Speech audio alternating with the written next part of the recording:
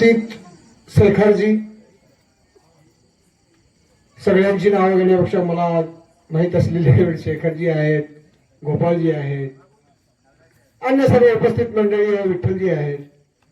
आणि या जयंती उत्सव समितीसाठी ज्या लोकांनी समर्पक भावनेनं कुठलाही कार्यक्रम करायचा म्हणला तर 8-10 दिवस पूर्णपणे त्यामध्ये सगळं स्वतःला झोकून द्यावं लागतं, तरच कार्यक्रम होतो.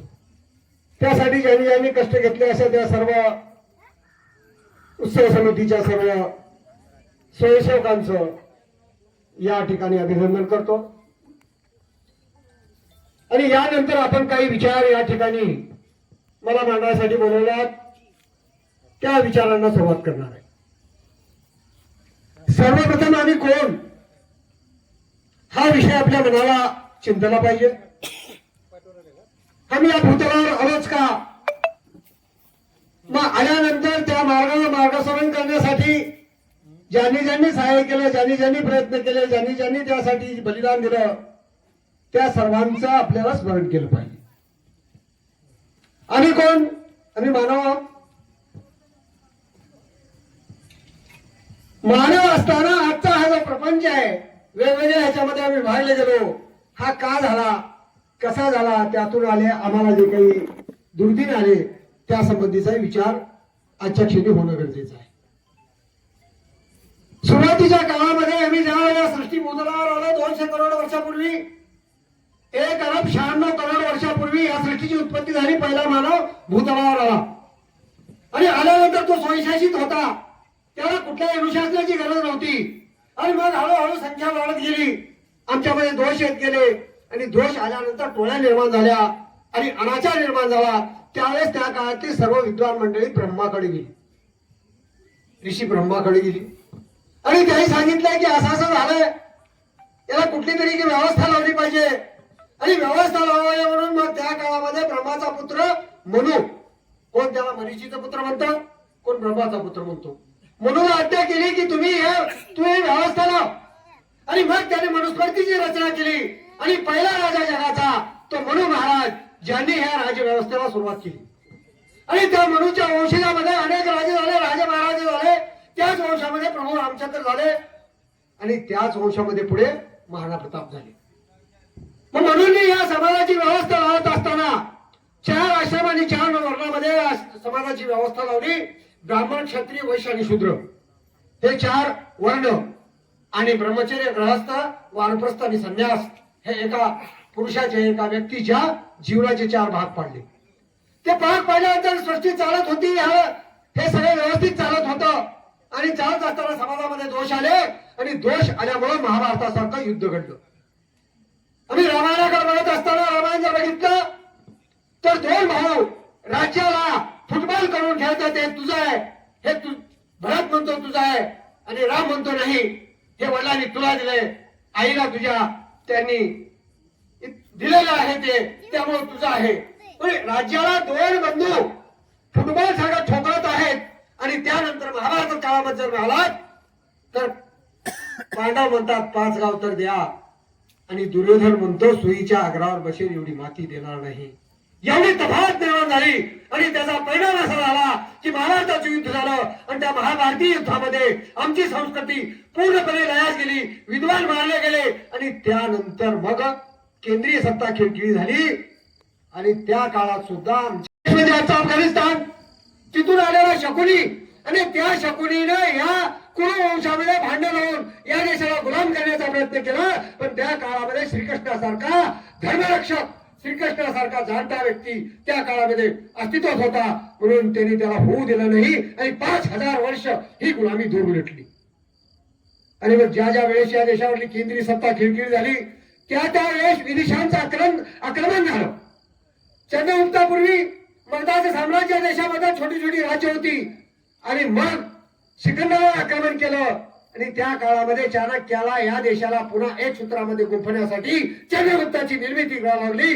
चंद्रगुप्ता सगळा सम्राट झाला आणि या देशामध्ये मौर्य काळानंतर गुप्त काळानंतर मग प्रतिहार काळानंतर त्यानंतर आपले ज्यांनी महाराष्ट्रामध्ये राज्य केलं त्यानंतर 550 वर्ष राजपूतांनी या देशावर राज्य केलं. 150 वर्ष त्यानंतर मराठ्यांनी राज्य केलं.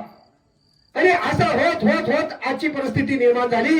व या मधल्या काळामध्ये आमच्या जे आक्रमण झाली त्या आक्रमणाला प्रतिकार करण्यासाठी त्या वेळेस शूरवीरांनी, आमच्या महात्म्यांनी, महापुरुषांनी त्याला प्रतिकार केला. इसवी सनाच्या 6व्या शतकामध्ये बाप्पा रावळ नावाचा एक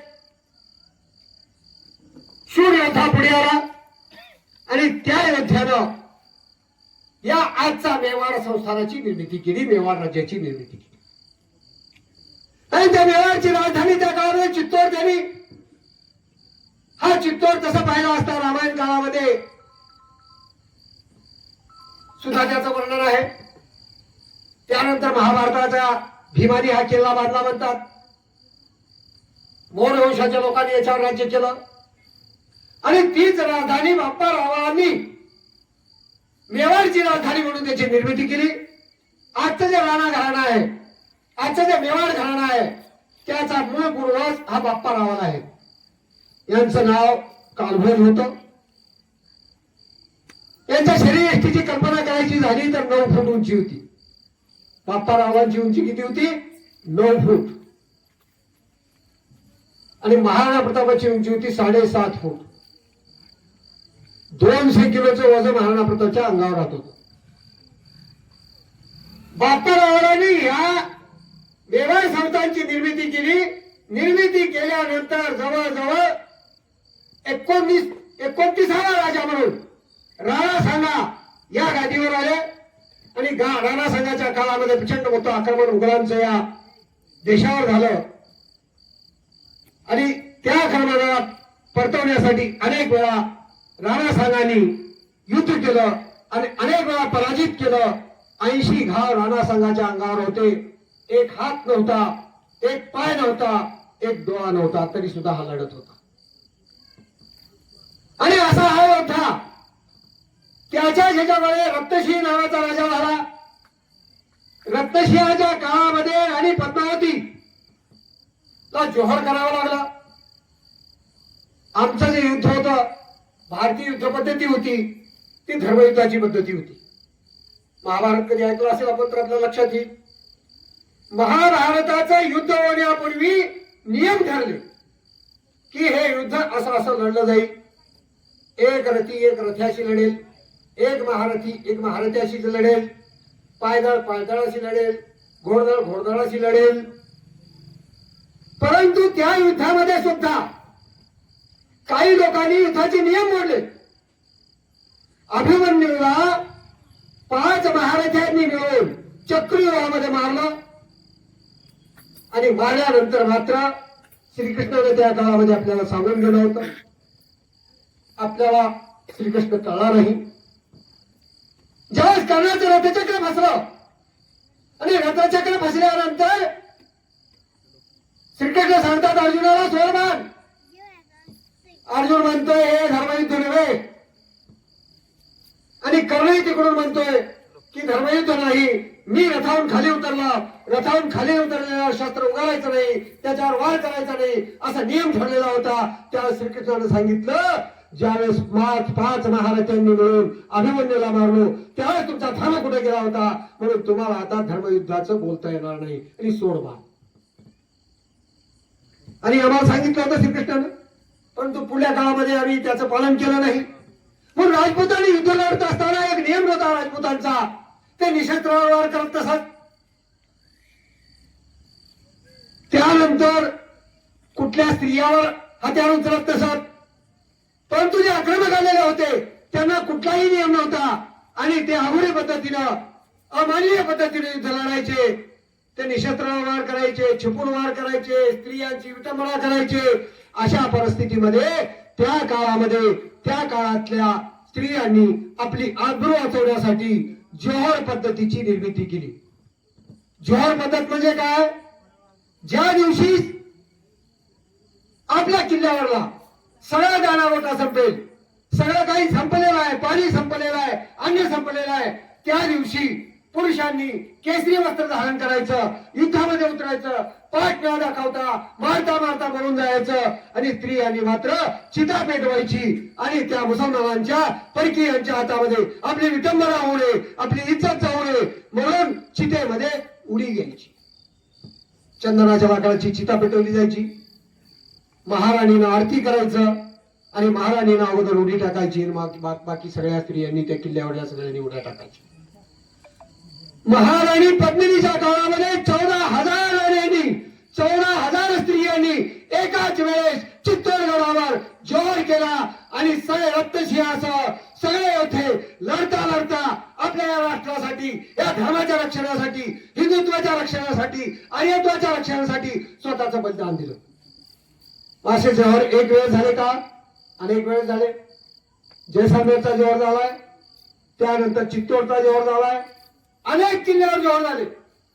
सगळ्या याच्यामध्ये राण्यांनी आपल्या चितेमध्ये उड्या घेतल्या, आपल्याला संपवून घेतलं, आपली विटंबना होऊ दिली नाही, आणि पुरुषांनी मात्र लढता लढता प्राणाचं बलिदान दिलं, राष्ट्राला समर्पित केलं, या संस्कृतीला समर्पित केलं आपलं जीवन संपूर्ण. आणि अशा पद्धतीनं पुन्हा हे राष्ट्र शक्ती संपन्न उभं राहावं, हे राष्ट्र अक्षुण्ण राहावं म्हणून स्वतःच्या प्राणांचं बलिदान. ही बलिदानी परंपरा रक्तसिंहाच्या काळापासून या सिसोदिया या घराण्याची 3 शब्दावर आपल्या देशाची निर्मिती आहे. भारत हिंदू राष्ट्र आहे, याला कुणी बक्षीस देण्याची गरज नाही. इथली संतांची परंपरा आहे, इथली भगवी परंपरा आहे, मंदिर परंपरा आहे, इथं असलेल्या महापुरुषांचं शौर्य आहे, इत्यादी कारणामुळं. आणि ही भारत भूमी प्रभू रामचंद्र असतील, भगवान श्रीकृष्ण असतील, अशा महान नरवीरांना जन्म देणारी भूमी आहे. आणि त्यामुळे या हिंदू राष्ट्रामध्ये अनेक प्रकारच्या येणाऱ्या ज्या संकट असतात त्याला लढण्यासाठी शक्ती असते, ती संघटनेची असते. तसं मेवाड प्रांतामध्ये जसं महाराणा प्रतापांनी केलं समतुल्य, तदनंतर छत्रपती शिवाजी महाराजांनी मावळ्यांना एकत्र करून हाच लढा पुढे चालवला आणि दर काळी असा लढा आपण चालवत आलेलो आहोत. आणि त्या शूरवीरांच्या परंपरेतले आपण नागरिक, वंशज, आपले पूर्वज ते होते, याचा आपल्याला सगळ्याला अभिमान आहे. या महाराणा प्रताप जयंती निमित्त आपण आदरणीय आमचे सामाजिक जीवनातले मित्र आणि मार्गदर्शक श्री दिलीप सिंगजी यांचं मार्गदर्शन ऐकणार आहोत. तेव्हा या जयंतीच्या निमित्त आपल्या मी सर्वांना आवाहन करेन की असंच शौर्य, अशीच परंपरा आपल्या रक्तामध्ये आहे. आणि ज्या ज्या वेळी आपल्याला देशात देव, देश आणि धर्माच्या पुढे संकट येईल त्यावेळेला एवढ्याच एकोप्यानं आपण लढूया, एवढाच एक संदेश देऊन मी माझं बोलणं थांबवतो. धन्यवाद. मुलाचं मार्गदर्शन आम्हाला लाभलेलं आहे व या ठिकाणी आपले दुसरे मुख्य प्रमुख पाहुणे म्हणून जे आपल्याला लाभलेले आहेत दिलीप भैया गौतम, हे आपणाला मार्गदर्शन करतील. या एका तेजाचं आराधना